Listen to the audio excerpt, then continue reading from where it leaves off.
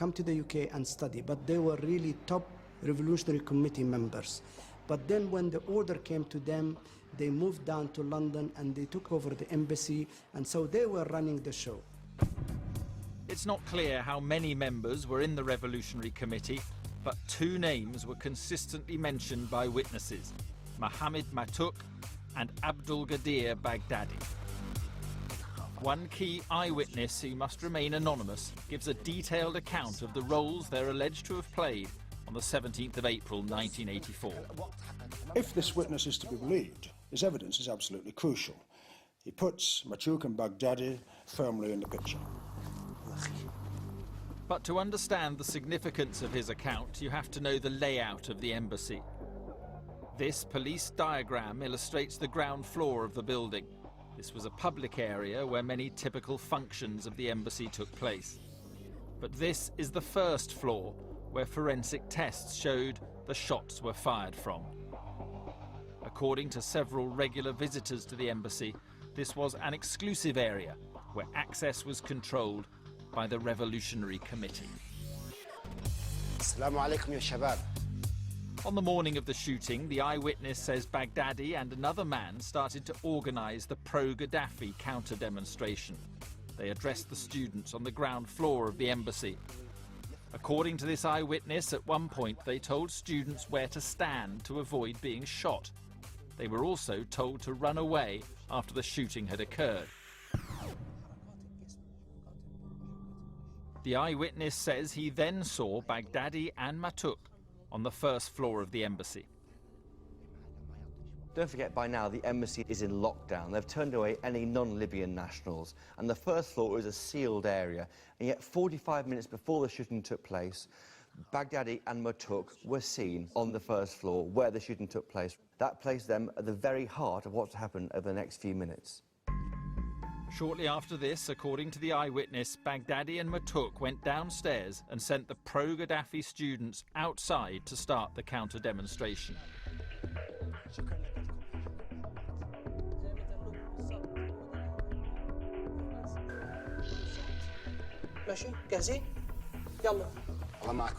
It's not known what Baghdadi and Matuk did once the demonstration began. Neither was in the building by the time it was surrounded by armed police after the shooting. Given the chaos that no doubt ensued after the shooting, people were shot, people would be panicking, they wouldn't know whether further shots were going to come, and clearly they'd be looking more out for their own safety than concerned about who else was running around. The police caught up with Baghdadi and Matuk within 10 days of the shooting, when they were among a number of Libyans deported from Britain. As a result, these potentially key figures were not questioned and are now beyond the reach of the UK legal system. This report shows that day Matuk and Baghdadi were key players, but these two people who could be charged for the conspiracy behind the murder are living a life of relative freedom in Libya.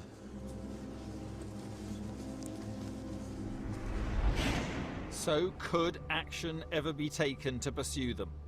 The answer may lie in the tangled relationship between Britain and Libya, a relationship that's promised great wealth for Britain, but is nearly always fraught and controversial. The Libyan government and the way it conducts itself is totally different from what we perceive to be normal here in the United Kingdom. There is a huge internal repression and a funding for almost every known terrorist organization around the world.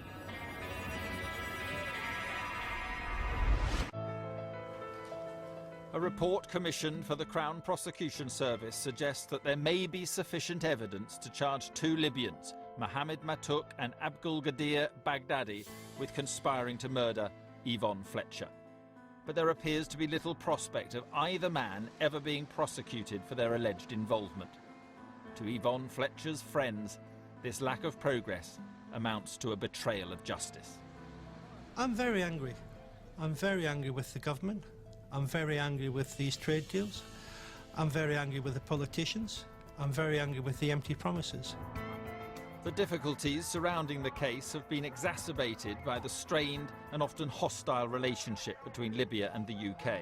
I think they say men are from Venus, women are from Mars. Well, I think it must be, you know, Britain is from Venus, Libya is from Mars. I mean, it is a totally different sort of scenario.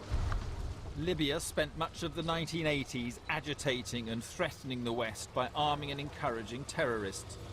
Libya became the prime suspect in the worst terrorist atrocity ever to strike Britain, the bombing of Pan Am Flight 103, which killed 270 people. Seen a big streaky light, and then there's a big explosion. Well, we can't see Lockerbie for the house, but the whole bit just massive, like. The incident would cast a long shadow over the Fletcher investigation.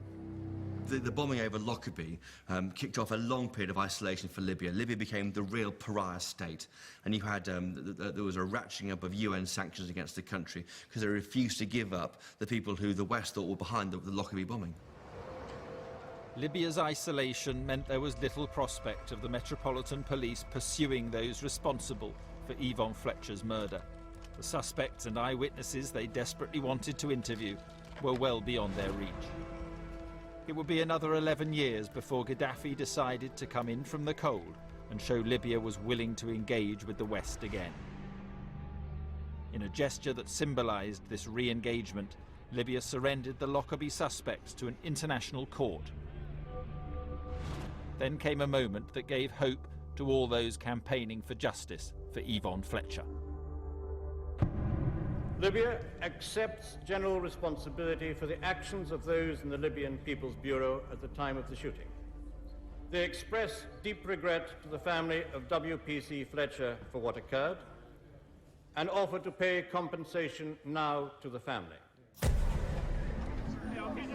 Libya paid £250,000 in compensation to the Fletcher family.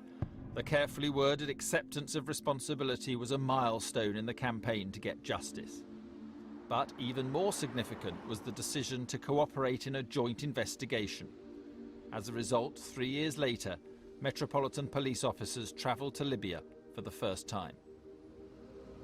Very hopeful at that point, yes. Prior to that, we had a pretty closed country where it was very difficult to get any sort of access at all. To have the doors open to British police officers going there and carrying out some sort of investigation in the country was very hopeful indeed. Gradually, relations between the two countries normalised to such an extent that in 2004 the British Prime Minister Tony Blair paid a state visit to meet Colonel Gaddafi. The Libyan leader was no longer a pariah, but a partner. Who would have believed it? Libya and Britain, Gaddafi and Blair, shoulder to shoulder in the war on terror. Watching the backslapping in the tent brought great encouragement to the man who was standing just feet away from Yvonne Fletcher when she was shot. I was ecstatic. I really couldn't believe it. This was a breakthrough we'd been looking for. It had taken 20-odd years for a British Prime Minister to meet the Libyan head of state and ask for this investigation to go ahead, for someone to be arrested, for someone to face a court. At last this had happened. But despite the apparent warmth between Britain and Libya, little progress was made in the investigation. The police only made 3 trips to Libya between 1999 and mid-2006, and they were unable to interview any eyewitnesses or suspects. There was real friction underlying all of this Metropolitan Police investigations. The Libyans were happy for the police to try and find the killer of Yvonne Fletcher, but they were concerned about how it would end up. Where would they be tried? In London, Tripoli, or a third country? And who would the judge be? It wasn't clear, and that would have been a concern. In a climb down to try and speed up the process, Britain agreed that any trial of suspects would take place in Libya, a bitter blow to those campaigning for justice for Yvonne Fletcher. I have to say it left me cold because you cannot secure British justice in the Libyan court. It's an impossibility, no matter how you try to spin it. British justice can only be served in the British court. And for us to have gone to all that length, ultimately, to secure the accused, for that person to then be trialed in Libya for a crime that occurred in St James's Square, against a British officer would, in my view, be totally futile and highly embarrassing, yet again, for the United Kingdom. Then, on the eve of another Prime Minister